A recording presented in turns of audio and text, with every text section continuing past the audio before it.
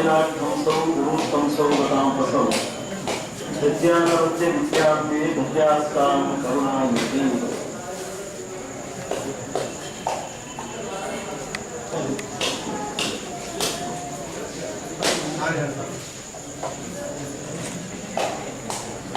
श्रीमतो राघवेन्द्रस्य नमामि कामिदाशेषकल्याणकलगा कल्पपादकं नैवेद्यविषम्राज्ये दीक्षतत्मुक्तिभाग्युः योगस्य यत्रविं रात्रौ सत्यबोधोऽस्तु मे मुदे चिन्तामणिं स्वभक्तानां वृक्षं च कामदं स्वामिनं स्वामृतं मूलव्यासहयग्रीवपदकञ्जमभिवृतं श्रीविष्णोत्तमयोगीन्द्रं वन्देऽहं वादिराट्प्रियम् आपादमौलिपर्यन्तं गुरूणाम् आकृतिं स्मरेत् तेन विघ्नाः प्रणश्यन्ति सिद्ध्यन्ति च मनोरथाः। श्रीगुरुभ्यो नमः। स्वस्तिसुषतां नमो नमः। ಬೆಳಿಗ್ಗೆ ಶ್ರೀ ಅಲ್ಪಪ್ರೇಮ ತೀರ್ಥರ ಸ್ತೋತ್ರ ಏನಂದರೆ ಸ್ವಾಮಿರಾಯಾಚಾರ್ಯರು ಮಾಡಿದ್ದು ಅದರ ಮೊದಲನೇ ಶ್ಲೋಕದ ಒಂದು ಭಾವ ಏನು ಉಂಟು ಅಲ್ಲಿ ಓಂಕಾರವನ್ನು ಆರಂಭದಲ್ಲಿ ಹೇಳಿದ ಕಾರಣ ಬ್ರಹ್ಮೇಂದ್ರ ರುದ್ರಾದಿ ವಂದ್ಯಂ ಅಂತಿ ಆನುಕೂಲ್ಯ ಯಾಕೆ ಹೇಳಿದ್ರು, ಶ್ರೀಪಾದ ಪಂಕಜಂ ಅಂದ್ರೆ ಏನು, ಶಂಖ ಚಕ್ರ ಗದಾ ಪದ್ಮಧಾರಿಣಂ ಅನ್ನೋದು ಈ ಸಂಗತಿ ಎಲ್ಲಿ ಸಿಗ್ತದೆ ನಮಗೆ ಐಗ್ರೀಪ ಒಂದು ರೂಪದಲ್ಲಿ.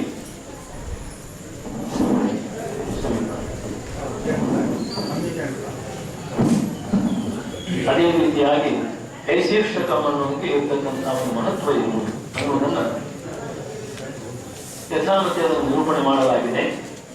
ಈ ಮಂಗಲಾಚರಣ ಭಾಗ ಸ್ತೋತ್ರಾತ್ಮಕವಾಗಿ ಎರಡನೇ ಶ್ಲೋಕದಲ್ಲಿ ಮುಂದುವರಿತು. ಶ್ರೀಮದಾನಂದ ತೀರ್ಥಾಖ್ಯಂ ಪ್ರಣಮಾಮಿ ಜಗದ್ಗುರುಂ ಯದ್ವಚಶ್ಚಂದ್ರಿಕಾ ಭಕ್ತ ಸಂತಾಪಂ ವೇಕರಂತಸಿ. ಇಲ್ಲಿ ಜಗದ್ಗುರುಗಳಾದಂತಹ ಶ್ರೀಮನ್ ಮಧ್ವಾಚಾರ್ಯರನ್ನ ಯಾವ ಗ್ರಂಥಕಾರರು ಅಂದ್ರೆ ಸ್ತೋತ್ರವನ್ನು ರಚನೆ ಮಾಡಿದಂತಹ ಸ್ವಾಮಿರಾಯಾಚಾರ್ಯರು ಸ್ತೋತ್ರ ಮಾಡ್ತಾ ಇದ್ದಾರೆ. ಭಕ್ತಿಪೂರ್ವಕವಾಗಿ ನಮಸ್ಕಾರ ಮಾಡುತ್ತೇನೆ ಅಂತ ಪ್ರಣಾಮಾಮಿ. ಭಕ್ತಿ ಅಂದ್ರೇನು, ಅಲ್ಲಿ ಜ್ಞಾನ ಇದ್ದೇರ್ತದೆ ಅಂತ ಬೆಳಗ್ಗೆ ಹೇಳಿದ್ದೆ. ಜ್ಞಾನಸ್ಯ ಭಕ್ತಿ ಭಾಗತ್ವ, ಜ್ಞಾನ ಭಕ್ತಿ ರೀತಿ ಇರುತ್ತೆ ಅಂತ ಶ್ರೀಮದಾಚಾರ್ಯರ ಮಾತು. ಜ್ಞಾನ ಅಂದ್ರೆ ಅದರಲ್ಲಿ ಭಕ್ತಿ ಸೇರಿತ್ತು.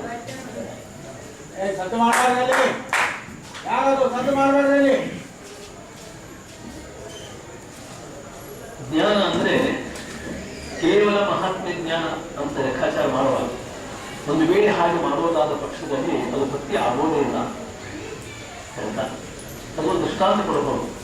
ಕೇವಲ ಮಹಾತ್ಮ ಜ್ಞಾನ ಯಾಕೆ ಇವತ್ತು ಭಕ್ತಿ ಅಲ್ಲ, ಅದರ ಜೊತೆಗೆ ಸ್ನೇಹ ಯಾಕೆ ಬೇಕು ಇಲ್ಲ. ಕೇವಲ ಮಹಾತ್ಮ ಜ್ಞಾನವನ್ನು ನೀವು ತಮ್ಮ ಭಕ್ತಿ ಅಂತೇಳಿ ಅನ್ನೋದಾದ ಪಕ್ಷದಲ್ಲಿ 21 ಸಲ ಜನಾಸಂಧ ಕೃಷ್ಣನಿಂದ ಇವತ್ತು ಪರಾಜಿತನಾಗಿ ಹೋಗಲ್ಲ. ಅವನಿಗೆ ಮಹಾತ್ಮ ಜ್ಞಾನ ಕಡಿಮೆ ಇತ್ತು, ಅದರೊಂದು ಸ್ನೇಹ ಇದ್ದಾರೆ, ಅದರ ಬದಲಾಗಿ ದ್ವೇಷ ಇತ್ತು, ರೋಷ ಇತ್ತು ಭಗವಂತನಿಗೆ. ಆದ್ದರಿಂದ ಕೇವಲ ಮಹಾತ್ಮ ಜ್ಞಾನಕ್ಕೆ ನಾವೇನನ್ನೋದಿಲ್ಲ, ಭಕ್ತಿಯಿಂದ ಹೇಳಿಕೆ ಬರೋದಿಲ್ಲ, ಅದರೊಂದಿಗೆ ಸ್ನೇಹ ಇರಲೇಬೇಕು. ಇನ್ನೊಂದಲ್ಲ, ಸ್ನೇಹಕ್ಕೆ ಯಾಕೆ ಭಕ್ತಿ ಅನ್ನಬಾರದು ಅನ್ನೋದು ಒಂದು ಉದಾಹರಣೆ ಕೊಡಬೇಕು. ಅದು ಮಹಾತ್ಮ ಜ್ಞಾನ ಇರಲಿಕ್ಕಿಲ್ಲ, ಆದರೆ ಸ್ನೇಹ ಮಾತ್ರ ಮಾಡ್ತಾ ಇದೆ. ಮಹಾತ್ಮ ಜ್ಞಾನ ಅಂದ್ರೆ ಯಥಾರ್ಥ ಜ್ಞಾನ ಮಾತ್ರ, ಬೇರೆ ಏನಲ್ಲ. ಕೇವಲ ಸ್ನೇಹಕ್ಕೆ ಭಕ್ತಿ ಯಾಕಲ್ಬಾರದು ಅಂತೇನಾದರೂ ಪ್ರಸಕ್ತಿ ಬಂದ್ರೆ, ತನ್ನ ಮಗನಾದಂತಹ ದುರ್ಯೋಧನ ಇಷ್ಟು ಅಗತ್ಯವನ್ನ ಮಾಡ್ತಾ ಇದ್ದಾನೆ ಪರಮಾತ್ಮನಲ್ಲಿ, ಪರಮಾತ್ಮನ ಭಕ್ತನಲ್ಲಿ. ಆದರೆ ಅದೆನ್ ಮೂಲಕವಾಗಿ ಅವನ ತಿದ್ದುಪಡಿ ಮಾಡ್ತಾ ಇಲ್ಲ ಅಂದ್ರೆ ಅಂಥ ಸ್ನೇಹ ಅದು ವಾತ್ಸಲ್ಯ ಎನ್ನುವ ಒಂದು ಸ್ನೇಹ ಕೂತದಲ್ಲ. ಆದ್ದರಿಂದ ಧೃತರಾಷ್ಟ್ರ ಮತ್ತು ದುರ್ಯೋಧನಾದಿಗಳಲ್ಲಿ ಮಾಡತಕ್ಕಂತಹ ಸ್ನೇಹ ಇದ್ದರೂ ಕೂಡ ಅದು ಭಕ್ತಿ ಅಲ್ಲ, ಕಾರಣ ಅದು ಯಥಾರ್ಥ ಜ್ಞಾನ ಸಹಿತವಾಗಿ. ಅದರಿಂದ ಸುಮ್ಮನೆ ನಮಸ್ಕಾರ ಅಂದ್ರೆ ನಾವು ಹೀಗೂ ಮಾಡ್ತೇವೆ ಹೀಗೂ ಮಾಡ್ತೇವೆ, ಏನು ಕಿರಿಯದಲ್ಲಿ ಒಂದು ಯಾಂತ್ರಿಕವಾಗಿ ಮಾಡ್ತಕ್ಕಂಥದ್ದು ಒಂದು ದೈಹಿಕ ಒಂದು ಭಕ್ತಿಯ ಅದು ಇವತ್ತು ಭಕ್ತಿ ಆಗೋದಿಲ್ಲ ಅಂತ ದೃಷ್ಟಿಯಿಂದ ಭಕ್ತಿಪೂರ್ವಕ ನಮಸ್ಕಾರ ಮಾಡ್ತೇನೆ ಅಂತ ಅನ್ನೋದಕ್ಕಾಗಿಯೇ ಆಚಾರ್ಯರು ಪ್ರಣಮಾಮಿ ಜಗದ್ಗುರು ಅಂತ ನಾವೇನ್ ಮಾಡಿದ್ರೆ ನಮಾಮಿ ಹೇಳಬಹುದಾಗಿತ್ತು. ಪ್ರಣಮಾಮಿ ಅನ್ನೋದಕ್ಕೆ ಭಕ್ತಿಪೂರ್ವಕ ನಮಸ್ಕಾರ ಮಾಡ್ತೇನೆ. ಆ ಭಕ್ತಿಯಲ್ಲಿ ಏನದೆ ಯಥಾರ್ಥ ಜ್ಞಾನ ಮಹಿಮಾ ಜ್ಞಾನ ರೂಪವಾಗಿ ಜ್ಞಾನವಾಗಿದೆ ಮತ್ತು ವಿಶಿಷ್ಟವಾದ ಉತ್ಕರ್ಷ ಪ್ರಯೋಜಕವಾದ ಸ್ನೇಹ. ಎಂಥ ಜ್ಞಾನ ಅಂದ್ರೆ ಅದು ಅವರ ಉತ್ಕರ್ಷ ಪ್ರಯೋಜಕವಾದ ಒಂದು ಸ್ನೇಹ ಉಂಟು. ಇಂಥ ಸ್ನೇಹಯುಕ್ತವಾದ ಯಥಾರ್ಥ ಜ್ಞಾನ ಹೊಂದಿ ಅವೆರಡು ದ್ವಿಜಾತ್ಮಕವಾದಂತಹ ಯಾವ ಒಂದು ಅಂಶಗಳವೇ ಅದು ಕೂಡಿದರೇನೆ ಭಕ್ತಿ ಆಗ್ತದೆ. ಇಂಥ ಭಕ್ತಿ ಪುರಸ್ಸರವಾಗಿ ಭಕ್ತಿ ಪೂರ್ವಕವಾಗಿ ನಮಸ್ಕಾರ ಮಾಡುತ್ತೇವೆ ಅಂತ ಈ ರೀತಿ ಹೇಳ್ತಾರೆ. ಹಾಗೆ ಶ್ರೀಮದ್ ಮಧ್ವಾಚಾರ್ಯರಿಗೆ ಜಗದ್ಗುರುಗಳಾದ್ದರಿಂದ ಅಂತವರಿಗೆ ಆ ರೀತಿ ನಮಸ್ಕಾರವನ್ನು ಮಾಡ್ತಾ ಇದ್ದಾರೆ. ತ್ರೈಲೋಕ್ಯಾಚಾರ್ಯ ಪಾದೋಜ್ವಲದಿಂದ ಪಾಂಸವೋ ಸ್ಮಾನ್ಕೊಂಡಂತು ಅಂತ ಅಂತ್ಯವಲ್ಲ. ತ್ರೈಲೋಕ್ಯಾಚಾರ್ಯ ಜಗದ್ಗುರು ಒಂದು ಒಂದೇ, ತ್ರೈಲೋಕ್ಯಾಚಾರ್ಯರು ಅದು ಒಂದೇ ಅಂತ ಇಲ್ಲಿ ನಾವು ಪ್ರತಿಯೊಂದು ಪದವನ್ನು ಕೂಡ ಅದೇ ಸುಮ್ಮನೆ ಸ್ತೋತ್ರ ಅನ್ಕೊಟ್ಟಬಹುದಲ್ಲ ಲೆಕ್ಕಾಚಾರವು. ಶ್ರೀಮದ್ ಆನಂದ ತೀರ್ಥಾಖ್ಯಂ ಶ್ರೀಮದ್ ಆನಂದ ತೀರ್ಥಾಖ್ಯಂ ಜಗದ್ಗುರುಂ ಪ್ರಣಮಾಮಿ ಅಂತ. ಅಲ್ಲಿ ಬೇರೆ ಶಬ್ದ ಇರಬಹುದಾಯ್ತು. ಶ್ರೀಮದ್ ಆಚಾರ್ಯರಿಗೆ ಬೇರೆ ಶಬ್ದ ಇಲ್ವಾ? ಪೂರ್ಣಬೋಧ ಅಂತದೆ, ಪೂರ್ಣ ಪ್ರಜ್ಞಾ ಅಂತದೆ, ದಶಪ್ರವೃತ್ತಿ ಅಂತದೆ, ಬೇಕಾದಷ್ಟು ಪದಗಳು. ಶ್ರೀಮದಾನಂದ ತೀರ್ಥನೇ ಈ ರೀತಿಯಾಗಿ ಹೇಳಬೇಕಾದ್ರೆ ಕಾರಣ ಅಂತ ನಮಗೆ ಒಂದು ಸ್ಮರಣೆ ಬರುತ್ತೆ. ಈ ನಾಮವನ್ನೇ ಇವತ್ತು ನಾವು ಉಚ್ಚಾರಣೆ ಮಾಡ್ತಕ್ಕಂಥ ಹಂತದಲ್ಲಿ ನಮ್ಗೆ ಒಂದು ಸ್ಮರಣೆ ಬರಬೇಕು.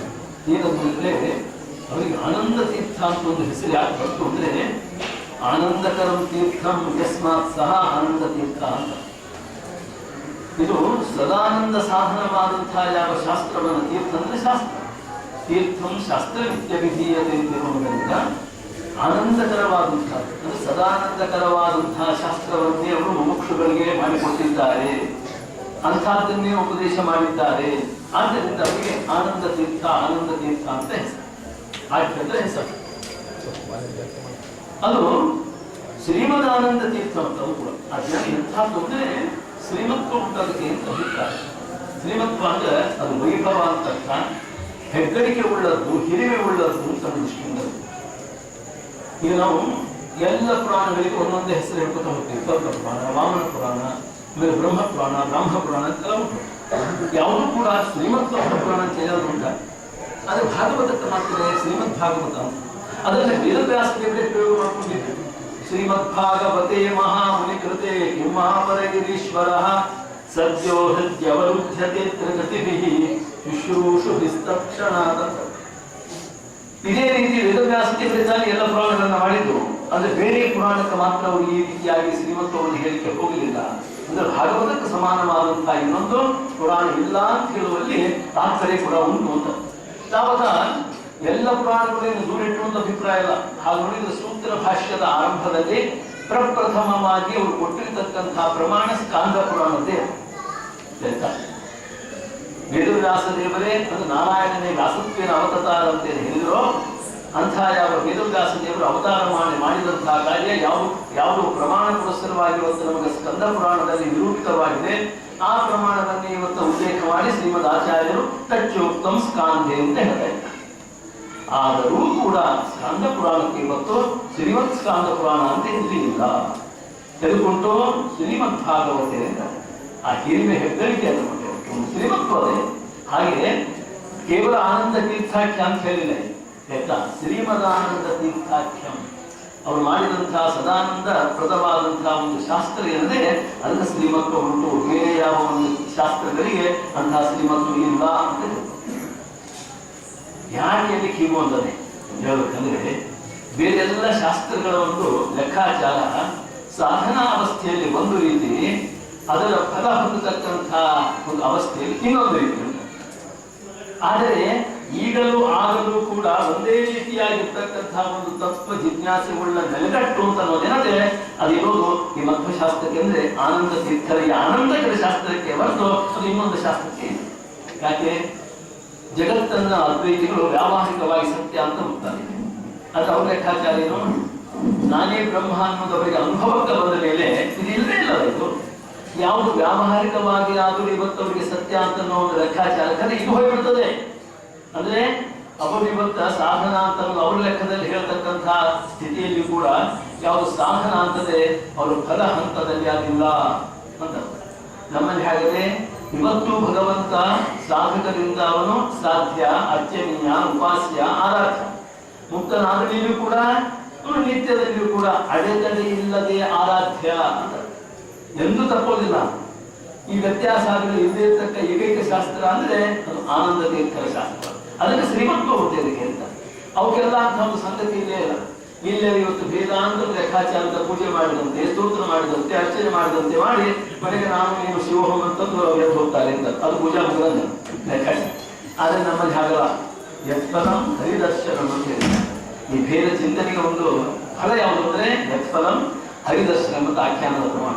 ಆದ್ದರಿಂದ ಇಲ್ಲಿ ಶ್ರೀಮತ್ವ ಅಂತ ಅನ್ನೋದು ಆನಂದಕರವಾದಂತಹ ಶಾಸ್ತ್ರವನ್ನು ತೀರ್ಥದಲ್ಲಿ ಶಾಸ್ತ್ರವನ್ನ ಪ್ರಪಂಚಕ್ಕೆ ಕೊಟ್ಟಿರ್ತಕ್ಕಂಥ ಏನು ಶ್ರೀಮದ್ ಆನಂದ ತೀರ್ಥರು ಎನ್ನುವ ಹೆಸರುಳ್ಳ ಜಗದ್ಗುರುಗಳೇನಿದ್ದಾರೋ ಅಂದ್ರೆ ಅವರು ಕೇವಲ ಜೀವಿಗಳಿಗೆ ಮಾತ್ರ ಒಡೆಯಲು ತಿಳ್ಕೋಬೇಕು. ಜಗತ್ತು ಯಾವ್ದು ಸೇರ್ಕೊಂಡಿದೆ ಚೇತನ ಜಗತ್ತು ಅಂತ. ಇಂಥ ಜಗತ್ತಿಗೆ ಅವರು ಗುರುಗಳು. ಹಾಗೆ ಅಂತ ಅವರು ಅಂದ್ರೆ ಜಡವಾದಂತಹ ಪದಾರ್ಥಗಳಿಗೆ ಗುರುಗಳು ಹೋದವರು ಅಲ್ಲಿರ್ತಕ್ಕಂತಹ ಅಜ್ಞಾನವನ್ನು ನಾಶ ಮಾಡ್ತಾರ. ಅದೇ ಸಂಬಂಧಿಸಿದಂತ ಅವರಿಗೆ ಜ್ಞಾನದ ಪ್ರಸಕ್ತಿ ಇಲ್ಲ ಅಂತಂದ್ರೆ ಸ್ವಾಮಿತ್ವ ಉಂಟು ಅವರಿಗೆ ಅಂತ. ಪರಮಾತ್ಮನ ತರುವಾಯದಲ್ಲಿ ಜಗದ್ಗುರುಗಳಾದಂತಹ ವಾಯುದೇವರಿಗೆ ಈ ಬ್ರಹ್ಮಾಂಡದ ಆಧಿಪತ್ಯ ಉಂಟು. ಅದಕ್ಕೆ ಅವರು ಗುರುತ್ವದಿಂದ ಇವತ್ತು ಸಂಬೋಧಿತರಾದರು.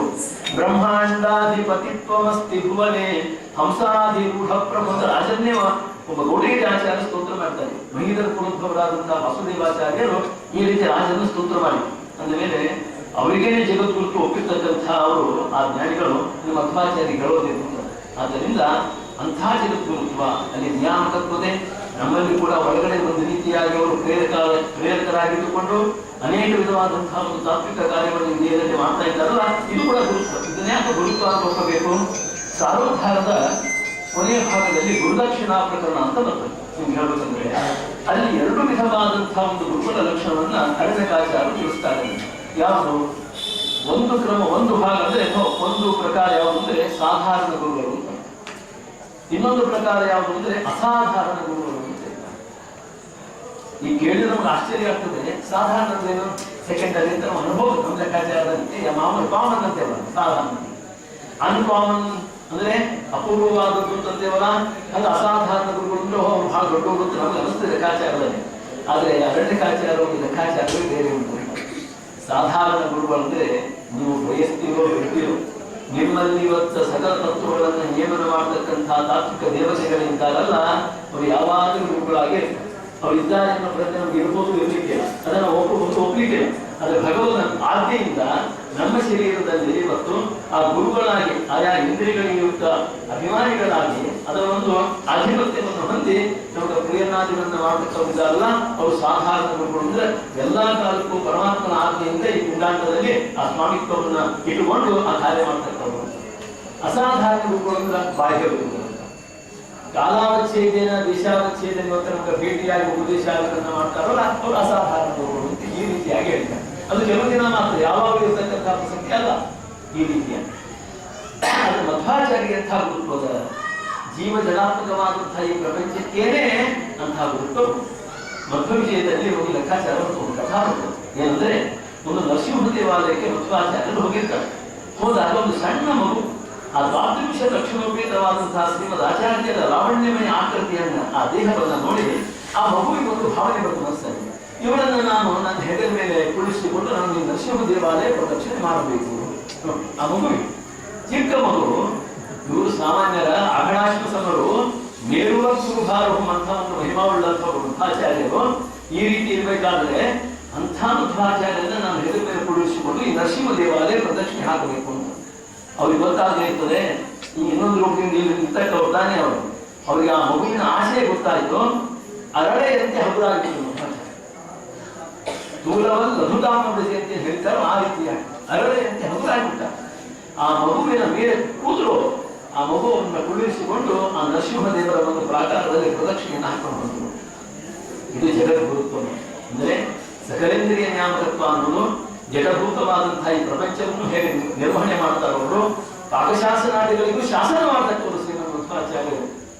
ಈ ರೀತಿಯಾಗಿ ಅಂತಹ ಯಾವ ಶ್ರೀಮದ್ ಮಧ್ವಾಚಾರ್ಯರಿಗೆ ಇಂತಹ ಗುರುತ್ವದ ಇಂತಹ ಜಗದ್ಗುರುತ್ವ ಇನ್ನೊಬ್ಬರು ಇಲ್ಲ ಅಂತ ದೃಷ್ಟಿಯಿಂದಲೇ ಇಂತಹ ಜಗದ್ಗುರುಗಳಾದ ಶ್ರೀಮದಾನಂದ ತೀರ್ಥ ಎನ್ನುವ ಹೆಸರು ಇದ್ದಾರಲ್ಲ, ಇವರನ್ನು ನಾನು ಭಕ್ತಿಪೂರ್ವಕ ನಮಸ್ಕಾರ ಮಾಡ್ತೇನೆ ಅಂತ ಅವರ ಆಶೆ ಆಗುತ್ತೆ. ಸುಮ್ಮನೆ ಪ್ರಯೋಗ ಮಾಡ್ಯಾರ ಅಂದ್ಬಿಟ್ಟು ನಾವು ಅಷ್ಟೊತ್ತು ಅಂತಲ್ಲ. ಎರಡು ವಚನ ಚಂದ್ರಿಕಾ ಭಕ್ತ ಸಂತಾಪಂ ವಿನೀಕೃತ. ಏನಂದ್ರೆ ಯಾವ ಮಕ್ಕಳ ಒಂದು ಮಾತೆನ್ನುವ ಒಂದು ಬೆಳದಿಂಗಳೇನದೆ ಮೂನ್ಲೈಟ್ ಅಂತೇಳ ನಾವು ಚಂದ್ರಿಕ ಭಕ್ತ ಸಂತಾಪಂ ಭಕ್ತರ ಮನಸ್ಸಿನಲ್ಲಿ ಇರ್ತಕ್ಕಂಥ ಒಂದು ಸಂತಾಪವನ್ನ ಅದು ವಿನೀಕರಂತತಿ ವಿಶೇಷವಾಗಿ ನಾಶ ಮಾಡುತ್ತದೆ ಅಂತ. ಅದ್ಯಾಕಿರ್ಬೋದು? ನಮ್ಗೆ ಎಂಥ ಸಂತಾಪ ಉಂಟು? ನಮಗೆ ಕನಿಷ್ಠ 3 ಅಂತೂ ಎಲ್ಲರೂ ಹೋಗ್ತಕ್ಕಂಥ 100 ಇರ್ಬೋದು, ಅದು 3 ಅಂತೂ ಉಂಟು. ಅಂದ್ರೆ ಆಧ್ಯಾತ್ಮಿಕ, ಆದಿದೈವಿಕ, ಆದಿಭೌತಿಕವಾದಂತಹ ಒಂದು ತಾಪತ್ರೆಯ ರೂಪವಾದ ಒಂದು ಸಂತಾಪ ಎಂದರೆ ಯಾವಾಗ ಮನಸ್ಸಿನಲ್ಲಿ ಒಂದು ಹಂತದಲ್ಲಿ ಇದ್ದ ತಪ್ಪಲ್ಲ ಅಂತ. ಯಾಕೆ ನಮಗೆ ಈ ಗುರುಗಳ ಉಪದೇಶದ ಮಹತ್ವ ಗೊತ್ತಾಗ ನಮ್ಗೇನಂತ ಏನಿದ್ರೆ ನಾವು ಬಾಯಿಂದ ಹೇಳ್ತಾರೆ ವಿದ್ಯಾರ್ಥಿ ಒಳಗಡೆ ಅಂತ ಅರ್ಥ. ನಮ್ಮ ಮನಸ್ಸಿಗೆ ಅಂತ ಹೇಳಿ ಕಲ್ಮಶ ಇಲ್ಲ, ಒಳ್ಳೆ ಪ್ಯೂರ್ ಆಗಿದೆ ಅಂತ ನಾವೇನಾದ್ರು ಹೇಳಿದ್ರೆ ಸಾಧ್ಯನಾ? ಅದು ಸಾಧ್ಯ. ನಮ್ಮ ಮನಸ್ಸು ನಿಶ್ಚಲವಾದದ್ದು, ಚಂಚಲ ಅಲ್ಲ. ಅಂದ್ರೆ ಅಲ್ಲ, ದೇವರ ಮಾತಿಗೆ ಬೆಲೆ ಇರುತ್ತಂತ ಚಂಚಲ ಕೃಷ್ಣ ಪ್ರಮಾದಿ ಅಂತ ಹೇಳ್ತಾನಲ್ಲ, ಅದ್ರ ಬೆಲೆ ನಮಗೆ. ಆದ್ದರಿಂದ ಆ ಹೇಳಿದಾಗಿಂತ ಮನಸ್ಸು ನಿರ್ಮಲವಾಗಿದೆ ಅಂತ ಹೇಳಕ್ಕೆ ಬರೋದಿಲ್ಲ ಅಂತ. ಈ ರೀತಿಯಾಗಿ ಆ ನಮ್ಮ ಮನಸ್ಸಿನಲ್ಲಿ ಒದಗಬಹುದಾದಂತಹ ಸತಾಂ ಆಧ್ಯಾತ್ಮಿಕಾದ್ಯಗ್ನಿಂ ಶಮಯತ್ವಂ ಸುಖೇ ಭವಂತದ್ದು ಮಾತನಾಡಿ ಏನ್ ಮಾಡಬೇಕು? ಗುರುಗಳಾದವರು ನಮಗೆ ಆಧ್ಯಾತ್ಮಿಕ ಆದ ಒಂದು ತಾಪತ್ರೆ ಏನದೆ ಅದು ಅಗ್ನಿಯಂತ ಒಳಗೆ ಸುರಿದಾದ ಸಂತಾಪ. ಆ ಸಂತಾಪವನ್ನು ಇವತ್ತು ನಮಗೆ ಅದು ಪರಿಹಾರ ಮಾಡಬೇಕು. ಇದರಿಂದ ಆಗಬಹುದು ತಾಪ ಅಂದ್ರೆ ಉಳಿಯಾಗಿರ್ತದೆ. ಈಗ ಈ ಊರಲ್ಲಾಗಲಿ ಅಥವಾ ಬಳ್ಳಾರಿ ಸೈಡೆಲ್ಲ ಏಪ್ರಿಲ್ ಮೇ ತಿಂಗಳು ಆ ಒಂದು ಹೀಟ್ ಅಂತಹ ಸಂದರ್ಭದಲ್ಲಿ ಮಧ್ಯಾಹ್ನ 12 ಗಂಟೆಗೆ ನಮಗೆ ಒಳ್ಳೆ ಕಾದಂತಹ ಕಲ್ಲಿನ ಮೇಲೆ ನಿಲ್ಲುವ ಆಚಾರ 1 ಗಂಟೆಯನ್ನು ತಪಸ್ ಮಾಡಿದ್ರೆ ನಮ್ಮ ಗತಿ ಏನಾಗಿರಲ್ಲ ಅಂತ. ಅದೇ ಇವತ್ತು ಪೌರ್ಣಿಮಾ ಚಂದ್ರ ಇದ್ದಾನೆ ಆಯ್ತಾ, ಒಳ್ಳೆ ಆಹ್ಲಾದಕರವಾದಂತಹ ಒಂದು ಪ್ರಸನ್ನವಾದ ಪ್ರದೇಶವೂ ಹೌದು, ಕಾಲವೂ ಹೌದು. ಅಲ್ಲಿ ನಿಂತಿರುವುದ್ರೆ ಎಷ್ಟು ನಮಗೆ ಪ್ರಸನ್ನತೆ, ಒಂದು ಮನಸ್ಸಿಗೆ ನೆಮ್ಮದಿ ಅನ್ನೋದು ಬರ್ತದೆ. ನಮ್ಗೆ ಏನಾದರೂ ಒಂದು ಸಂತಾಪ ಆಗ್ತದೆ ಆ ಸಂದರ್ಭದಲ್ಲಿ ಆಗೋದಿಲ್ಲ ಅಂತ. ಆದ್ದರಿಂದ ಆ ಮಧ್ವಾಚಾರ್ಯರ ಒಂದು ಉಪದೇಶ ರೂಪವಾದಂತಹ ಕಿರಣ ಏನದೆ ಅಥವಾ ಬೆಳದಿಂಗಳೇನದೆ ಅದು ಇಂಥ ಆಧ್ಯಾತ್ಮಿಕ ತಾಪತ್ರೆಯ ಅನ್ನೋ ರೂಪವಾದ ಸಂತಾಪ ಎಂದರೆ ಇದರ ಪರಿಹಾರ ಮಾಡಬಹುದು. ಕೇವಲ ಈ ಬೆಳಕು ಬೆಳದಿಂಗಳು ಇದೆಲ್ಲ ಇದೆ ಮಹತ್ವ ಅಂತ. ಅದು ಅಂಥ ಒಂದು ಸಾಮರ್ಥ್ಯೋಪೇತವಾದಂತಹದ್ದು. ಅದು ಅಂತಹ ಬಹಿರಿ ಎರಡೂ ರೂಪವಾದಂತಹ ಒಂದು ಅಜ್ಞಾನವನ್ನು ಕತ್ತಲೆಯನ್ನು ಸಂತಾಪವನ್ನು ಪರಿಹಾರ ಮಾಡತಕ್ಕ ಸಾಮರ್ಥ್ಯ ಮಧ್ವಾಚಾರ್ಯರು ಉಪದೇಶ ರೂಪವಾದಂತಹ ಬೆಳದಿಂಗಳಿಗೆ ಅನ್ನೋದಷ್ಟೇ. ಅಪಿತ್ರಿಲೋಕ್ಯ ಬಹಿರುಲ್ಲಸಂತಿ ತಮ್ಮ ಹರಂತಿ ಮುಹುರ ಅಂತರಂಚ ಹೇಳ್ತಾರೆ. ಒಳಗಿನ ಹೊರಗಿನ ಎಲ್ಲ ಕತ್ತಲೆಯನ್ನು ಇವತ್ತು ನಾಶ ಮಾಡ್ತಕ್ಕಂಥದ್ದು ಒಂದು ಅಜ್ಞಾನ ರೂಪವಾದಂತಹ ಒಂದು ಕತ್ತಲೆಯನ್ನು ನಾಶ ಮಾಡ್ತಕ್ಕಂಥದ್ದು ಇರುತ್ತೆ. ಅಂತಹ ಕತ್ತಲೆ ರೂಪವಾದ ಅಥವಾ ಅಜ್ಞಾನ ರೂಪವಾದ ಕತ್ತಲೆ ಒಂದು ಸಂತಾಪದಾಯಕವೇ ನಮಗೆ ಕತ್ತಲೆ ಅಂತ. ಅದು ಪರಿಹಾರ ಹೇಗಾಗಬೇಕು ಗೊತ್ತು? ನಮಗೆ ಪ್ರಕರಣವಾದಂತಹ ಈ ಭಾನುವಿನ ಒಂದು ಕಿರಣ ಏನದೆ ಅದು ಮತ್ತಷ್ಟು ಸಂತಾಪ ಮಾಡಬಹುದೇ, ಇನ್ನೊಂದು ರೀತಿಯಾದಂತಹ ಸಂತಾಪವನ್ನು ಪ್ರಕಾಶವನ್ನು ಕೊಡಬಹುದೇ ಹೊರತು ನಮಗೆ ಇನ್ನೊಂದು ರೀತಿಯಾದಂತಹ ಸಂತಾಪವನ್ನು ತಲುಪು. ಆದರೆ ಪೂರ್ಣ ಚಂದ್ರಮನ ಒಂದು ಬೆಳದಿಂಗಳೇನದೆ ಅದು ಯಾವ ಕಾಲಕ್ಕೂ ಬಾಹ್ಯ ಸಂತಾಪವನ್ನು ಕೊಡುವುದಿಲ್ಲ. ಆಂತರಿಕವಾದಂತಹ ಒಂದು ಸಂತಾಪವನ್ನು ಪರಿಹಾರ ಮಾಡತಕ್ಕಂತಹ ದೃಷ್ಟಿಯಿಂದ ಕೂಡ ಇಲ್ಲಿ 2 ವಚನಚಂದ್ರಿಕಾ ಶ್ರೀಮನ್ ಮಧ್ವಾಚಾರ್ಯರ ಆ ಉಪದೇಶ ರೂಪವಾದಂತಹ ಒಂದು ಚಂದ್ರನ ಕಿರಣ ಈ ರೀತಿಯಾದಂತಹ ಭಕ್ತರ ಒಂದು ಸಂತಾಪವನ್ನ ದಿನೀಕರಂತತೆ ನಿಶೇಷ ಮಾಡ್ತದೆ. ಬರೀ ಕ್ರಂತತಿ ಅಂತ ಹೇಳ್ಬೋದಾಗಿತ್ತು, ಅದು ನಿಕೃಂತತಿ ಅಂತ ಹೇಳ್ಬೋದಾಗಿತ್ತು. ಹೇಳಿದ ವಿನಿಕೃಂತತಿ ಅಂದ್ರೆ ಪೂರ್ಣವಾಗಿ ಅಂತ. ಯಾಕೆ ಗೊತ್ತಾ ನಿಮ್ಗ? ಇವತ್ತ ಮುಮುಕ್ಷುಗಳಾಗಿ ಜೀವನ್ಮುಕ್ತರಾದಂಥವರಿಗೂ ಕೂಡ ಶ್ರೀಮನ್ ಮಧ್ವಾಚಾರ್ಯರ ವಾಯುದೇವರ ಉಪದೇಶಾದಿಗಳು ಬೇಕು. ಅವರೇ ತಾನೇ ಬ್ರಹ್ಮಕವಿಗೆ ಬರೆದಂಥವರು. ಸ ಏನಾನ್ ಬ್ರಹ್ಮಗಮಯತೆ ಅಂತದೆ. ಸಹ ಮುಖ್ಯ ವಾಯು ಬ್ರಹ್ಮಗಮಯತೆ ಅಂದರೆ ಬ್ರಹ್ಮಾಂಡ ಪ್ರತಿ ಆ ಯಾವ ವಾಸುದೇವ ರೂಪಿಯಾದಂತಹ ಪರಮಾತ್ಮನ ಬಳಿಗೆ ಮುಕ್ತಿ ಯೋಗ್ಯವನ್ನು ಕರೆದುಕೊಂಡು ಹೋಗಿ ಅವರು ಪ್ರಾರ್ಥನೆ ಮಾಡ್ತಾರೆ. ಅವಾಗ ಭಗವಂತ ಸಂಕಲ್ಪವನ್ನು ಪ್ರಕಟ ಮಾಡ್ತಾನೆ. ಏನಂತ? ಏನಂ ಮೋಚಯಾಮಿ ಅಂತಂತಾನೆ. ಪರವಾಗಿಲ್ಲ, ನೀನೇ ಶಿಫಾರಸು ಮಾಡಿ ಅಂದ ಮೇಲೆ ಇಂಥವನ್ನ ನಾನು ಇವತ್ತು ಮೋಚನೆ ಮಾಡ್ತೀನಿ ಅಂದ್ರೆ ಮುಕ್ತಿ ಪ್ರದಾನಾಗ್ತೀನಿ ಇವರಿಗೋಸ್ಕರ ಅಂತ ಹೇಳ್ತಾನೆ ಪರಮಾತ್ಮ. ಅಲ್ಲಿವರೆಗೆ ನಮ್ಮಲ್ಲಿರ್ತಕ್ಕಂತಹ ಅಜ್ಞಾನಾದಿಗಳನ್ನು ಇವತ್ತ ಪರಿಹಾರ ಮಾಡ್ತಕ್ಕವರು, ಜನ್ಯವಾದಂತಹ ಸಂತಾಪವನ್ನು ಪರಿಹಾರ ಮಾಡ್ತಕ್ಕವರು ಜಗದ್ಗುರುಗಳಾದಂತಹ ಶ್ರೀಮನ್ ಮಧ್ವಾಚಾರ್ಯರು. ಅವರ ಮಾತಿನ ಉಪದೇಶ ಅಂತ. ಅದಕ್ಕೆ ಸರಿಸಮಾನವಾದಂತಹ ಇನ್ನೊಂದು ಉಪದೇಶ ಇಲ್ಲವೇ ಇಲ್ಲ ಅಂತ. ಅದಕ್ಕೆ ಅವರಿಗೆ ಜಗದ್ಗುರುತ್ವ ಆಗ್ತದೆ. ಬೇರೆಯವರಿಗೆ ಜಗದ್ಗುರು ಸುಮ್ಮನೆ ಹೇಳೋದು. ಆ ಪಂಥದಲ್ಲಿ ಪರಂಪರೆಯಲ್ಲಿ ಬಂದವರಿಗೆ ಹೇಳ್ತೇವೆ ಬರ್ತೇವೆ ಇವತ್ತು ನಾವು. ಅವರ ಸನ್ನಿಧಾನ ಬೇಕು ಆ ದೃಷ್ಟಿಯಿಂದ. ಹೇಗೆ ಇವತ್ತು ನಾವು ಮುದ್ರಾದಿಗಳನ್ನು ಸ್ವೀಕಾರ ಮಾಡಬೇಕಾದ್ರೆ ತಪ್ಪ ಮುದ್ರಾದಿಗಳನ್ನು ವ್ಯಕ್ತಿ ಮೇಲೆ ಫಲಸರೋಗದಲ್ಲಿ ರಾಜರು ಮಾತನ್ನು ಹೇಳ್ತಾರೆ. ಪ್ರತತ್ವಂ ವಿದ್ರಿಯಾಚಕ್ರಂ ಶಂಖಂಚ ಭುಜಮೂಲ ಹೋಗಿ ಈ ರೀತಿಯಾಗಿ ಅಂದ್ರೆ ಒಳ್ಳೆ ಪ್ರತಪ್ತವಾದಂತಹ ಶಂಖಚಕ್ರಾದಿ ಮುದ್ರಾವನ್ನು ನಾವು ಸ್ವೀಕಾರ ಮಾಡಬೇಕು ಅಂತ. ಬೇಡ ಆ ಕಾಸು ಬೇಕಿಂತ ಕಾಸು ತಾನೋದನ್ನ ಹೇಳ್ಕೊಂಡ್ಬಿಟ್ಟಿದ್ದೇವೆ ಅದೇ ನಾವೆಲ್ಲ ಅಂತ. ಆ ರೀತಿ ಅಲ್ಲ. ಪ್ರತಪ್ತಂ ಅಂತಾರೆ ಪ್ರಕೃಷೇನ ತಪ್ತಂ ಪ್ರತಪ್ತಂ ವಿಬ್ರಿಯಾಚಕ್ರಂ ಶಂಖಂಚ ಭುಜಮೂಲ ಹೋಗಿ ಸ್ಪಷ್ಟವಾಗಿ ಉಂಟು. ಏನು ಚಿಂತನೆ ಮಾಡಬೇಕಲ್ಲೇ ಜಗದ್ಗುರುಗಳಾದಂತಹ ಬಹುಮಾನ ಶಬ್ದವಾಚ್ಯರಾದ ಶ್ರೀಮನ್ ಮಧ್ವಾಚಾರ್ಯರು ಈ ಗುರುಗಳಲ್ಲಿ ಸಂಹಿತರಾಗಿದ್ದಾರೆ. ಆ ಮಠ ಈ ಮಠ ಅಂತ ಹೇಳಿ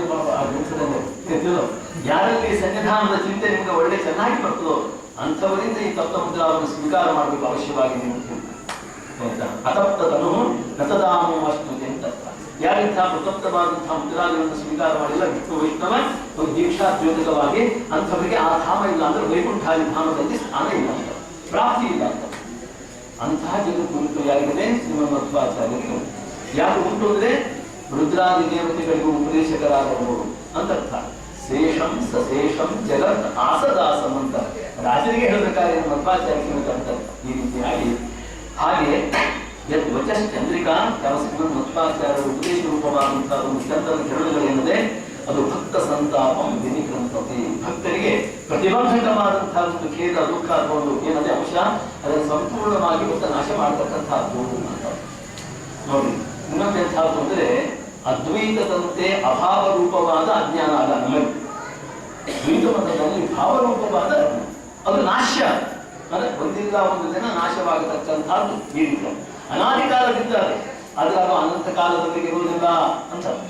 ಇಂದಿಲ್ಲ ಅದು ನಾಶ ಆಗತಕ್ಕಂಥದ್ದೇ ಅನ್ನೋದು ಅದಕ್ಕೆ ನಾಶ್ಯ ಅಂತ ಹೇಳ್ತಾರೆ.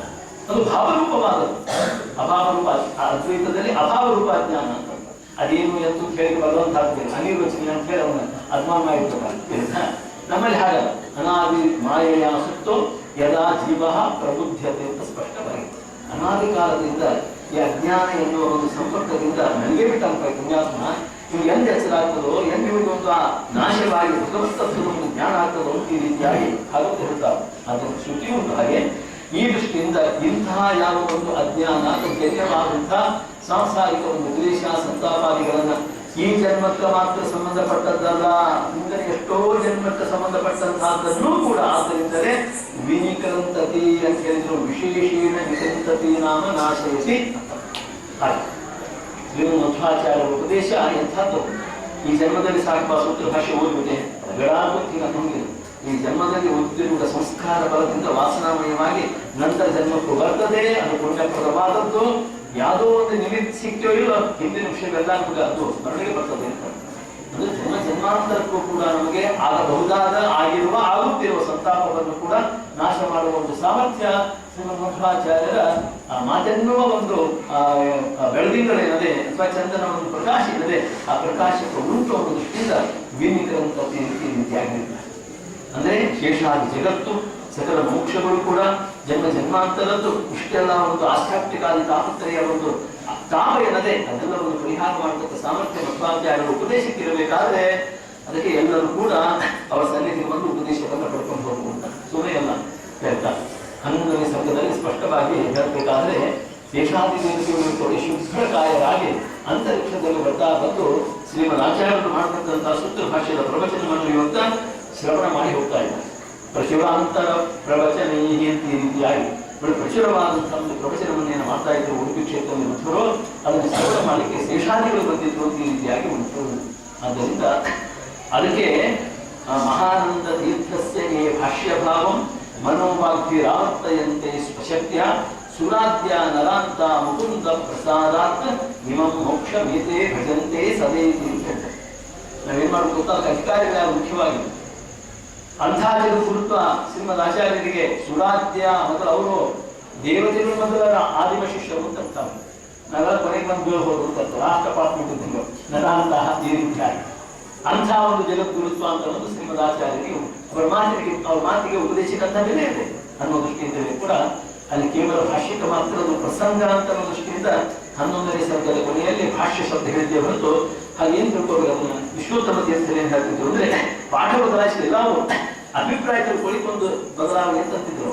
ಮಹಾನಂದ ತೀರ್ಥಸ್ಯ ಭಾಷ್ಯ ಭಾವ ಅಂತ ಅದು ಹೇಗೆ ತಿಳ್ಕೋಬೇಕು ಅಂದ್ರೆ ಬ್ರಹ್ಮಸೂತ್ರ ಭಾಷ್ಯ ಓದಿದ್ರೇನೆ ಹೌದು, ಓದಲೇಬೇಕು. ಯಾಕೆ ಶ್ರೀಮದ್ ಆಚಾರ್ಯರ ಆಕೃತಿ ರೂಪ ಮನ್ಯದಿವ ಧನ್ಯ ಮಾತ್ಮನ ಅಂತ ಹೇಳಿರೋದ್ರಿಂದ ಶ್ರೀಮದ್ ಮಧ್ವರ ಆಕೃತಿ ಮೇಲೆ ಮಧ್ವಾಚಾರ್ಯ ಪ್ರತಿಮಾ ಇಲ್ಲ ಓಡಾಡಬೇಕಾಗಿ ಒಂದು ಸೂತ್ರ ಭಾಷೆ ಪುಸ್ತಕ ಇಟ್ಕೊಂಡು ನಮಸ್ಕಾರ ಹಾಕಿದ್ದಾರೆ ಸಾಕು ಆಚಾರ್ಯ ಮಧ್ವರಿಗೆ ನೀವು ಪೂಜೆ ಮಾಡಿದಂತೆ. ಆದ್ರೆ ಹಾಗೆ ಏನ್ ತಿಳ್ಕೋಬೇಕು ನಾವು ಭಾಷೆಯ ಸ್ಥಾನದಲ್ಲಿ ಅಂದ್ರೆ ಮಹಾನಂದ ತೀರ್ಥಸ್ಯ ಶಾಸ್ತ್ರ ಭಾವ ಅಂತ ವಿಶ್ವೋತ್ತಮ ಕೇವಲ ಸೂತ್ರ ಭಾಷ್ಯಕ್ಕೆ ಮಾತ್ರ ಇವತ್ತು ಸೀಮಿತವಾಗಿ ಅದನ್ನು ಅರ್ಥೈಸಬೇಡಿ. ದ್ವಾದಶ ಸ್ತೋತ್ರವನ್ನು ಕೂಡ ನಿತ್ಯ ಪಠಣ ಮಾಡಿದವನಿಗೆ ಸಂಸಾರದ ಭಯವಿಲ್ಲ ಅಂತ ಬೃಂದಾವನಾಖ್ಯಾನದಲ್ಲಿ ಇರ್ತಾರೆ. ಗಾನಂತು ಗುರುವಿತಂ ಮಾ ಸಂಸಾರ ಭಯಂ ತೀರ ವರದೋಸ್ಮಿತವಾದರಾದಂಥ 15ನೇ ಅಧ್ಯಾಯದಲ್ಲಿ ರಾಜು ಸ್ಪಷ್ಟವಾಗಿ ತಿಳಿಸ್ತಾರೆ. ಗುರುವಿತಂ ಗಾನಂತು, ಗುರುಗಳಾದಂತಹ ಮಧ್ವಾಚಾರ್ಯರು ಗಾನ ಪದ್ಧತಿಯಲ್ಲಿ ಸ್ತೋತ್ರಾತ್ಮಕವಾದಂತಹ ಒಂದು ಕೃತಿಯನ್ನು ರಚನೆ ಮಾಡಿದ್ದಾರೋ ದ್ವಾದಶ ಸ್ತೋತ್ರ, ಅದನ್ನೇ ಗಾನ ಮಾಡುವಂತ ಅದನ್ನು ಮಾಡಿಬಿಟ್ಟಿರ್ತಂದ್ರೆ ನಿತ್ಯದಲ್ಲಿಯೂ 12 ವಿಧವಾದಂತಹ ಕ್ರಮದಿಂದ ಪರಮಾತ್ಮನನ್ನು ಕೊಂಡಾಡ್ತಕ್ಕಂತಹ ಸ್ತೋತ್ರ ಅದು ದ್ವಾದಶ ಸ್ತೋತ್ರ. ಅದನ್ನು ಕೊಂಡಾಡಬೇಡಿ ನೀನು ಅಂತ ಅರ್ಥ. ಮಾ ಸಂಸಾರ ಭಯಂ ತೀರ ಅಂತ, ನಿಮ್ಗೆ ಯಾವ ಸಂಸಾರ ಭಯ ಬೇಡ. ವರದೋಸ್ಮಿತವಾದರ, ನೀನು ಮಾಡಿರ್ತಕ್ಕಂಥ ಈ ಆಧಾರದಿಂದ ಗೌರವದಿಂದ ಪೂಜಾದಿಗಳಿಂದ ನಾನು ಪ್ರೀತನಾಗಿ ನಿಮಗೆ ವರಪ್ರದನಾಗ್ತೇನೆ ಅಂತ ಅಭಿವೃದ್ಧಿ ಕೊಟ್ಟಿದ್ದ.